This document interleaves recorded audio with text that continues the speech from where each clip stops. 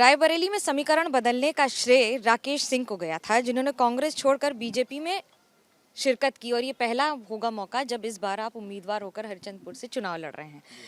कैसे ये पूरे समीकरण बदले हैं और इस बार कितना भरोसा है अपनी जीत का? देखिए, मैं तो 100% से ऊपर तो बोला नहीं जा सकता। 100% है कि मैं जीतूंगा, 100%। उसमें कोई बट नहीं है।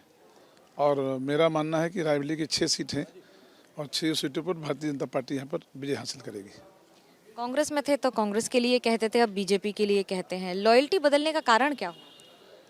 जब व्यक्ति कार्यकर्ता रहता है किसी पार्टी का, तो बड़े नेताओं से उसकी मुलाकात नहीं होती है, और जब वो नेता बन जाता है स्वयं, तो बड़े नेताओं के साथ जब उठना बैठना शुरू होता है उसका, तब फिर बड़े नेताओं के बारे में, उनके चरित्र के बारे में, उनके व्यवहार के बारे में, उनकी सोच के बारे में जब जानकारी हो जाती है, तब उसका फिर जो सोचने का तरीका है स्वयं बदलता है।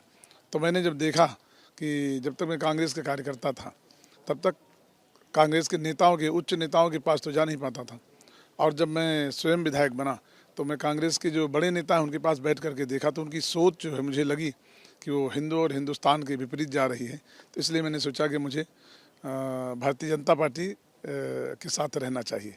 बीजेपी पर तो तुष्टीकरण के आरोप और कई सारे ऐसे आरोप लगते रहे हैं कि धर्म के आधार पर राजनीति करती है, फिर बीजेपी क्यों?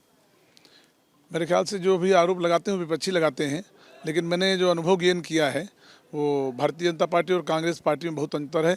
कांग्रेस पार्टी भारतीय जनता पार्टी के सामने कहीं टिकती नहीं, चाहे राष्ट्रीय मामले में हो, चाहे हिंदुत्व के मामले में हो, चाहे देश के मामले में हो, आप चाहे गरीबों के हित के मामले में हो, चाहे उसकी जो नीतियाँ हैं कांग्रेस और भारतीय जनता पार्टी की बहुत अंतर है। भारतीय जनता पार्टी बहुत आगे इनसे। कांग्रेस कहती है कि पार्टी में रहकर आपने गद्दारी की, इसलिए बीजेपी चले गए क्योंकि फायदे नहीं उठा पा रहे थे कांग्रेस में। कैसे देखते हैं इस आरोप को?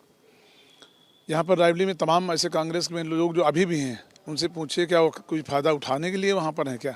वो तो ढो रहे हैं खाली कांग्रेस को। अब कांग्रेस वो वाली नहीं बची है, जैसे पहले जो इंदिरा जी के ज़माने कांग्रेस थी वो अब नहीं बची है। अब तो जैसे कोई डॉक्टर बहुत अच्छा हो, वो समाप्त हो जाए तो कंपाउंडर से आदमी दवा लेता रहे तो कब तक जीवित रहेगा? वही बचा है कांग्रेस के। जितने डॉक्टर थे सब खत्म हो गए, सब कंपाउंडर बचे हैं वहाँ पर। इस समय स्थिति क्या है? बीजेपी में डॉक्टर ज्यादा दिख रहे हैं? बीजेपी में सब डॉक्टर ही है, कोई बीमारी नहीं हो पा रहा, सब निःशुल्क इलाज हो रहा है, इससे ज़्यादा डॉक्टर कहाँ मिलेंगे?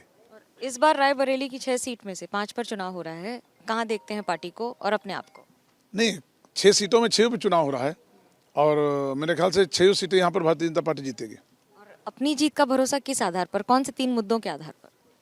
मैंने इतना काम किया है 5 साल में, 74 साल में जितने अब तक विधायक हुए हैं उनका सबका काम जोड़ लिया जाए और हमारा साल सिर्फ 5 साल को जोड़ लिया जाए तो उनसे अधिक है। आखिरी सवाल, ये काम कांग्रेस विधायक ने किया था कि बीजेपी में आने के बाद अब करेंगे? नहीं, मैं कांग्रेस के विधायक के रूप में जब भारतीय जनता पार्टी के मुख्यमंत्री से मिला, योगी आदित्यनाथ जी से, तो जितने मैंने काम कहे उन्होंने सभी किए। कोई द्वेष उन्होंने नहीं पाला कि कांग्रेस के विधायक मुझसे काम मांग रहे हैं, लेकिन जनहित के काम जितने मैंने कहा सभी कर दिया उन्होंने। काम कर दिए, लेकिन अब जनता का काम है वोट करना और अपने फैसले पे मोहर लगाना। कैमरा पर्सन सूरज पांडे के साथ मनोज्ञा लोईवाल, रायबरेली, एबीपी न्यूज।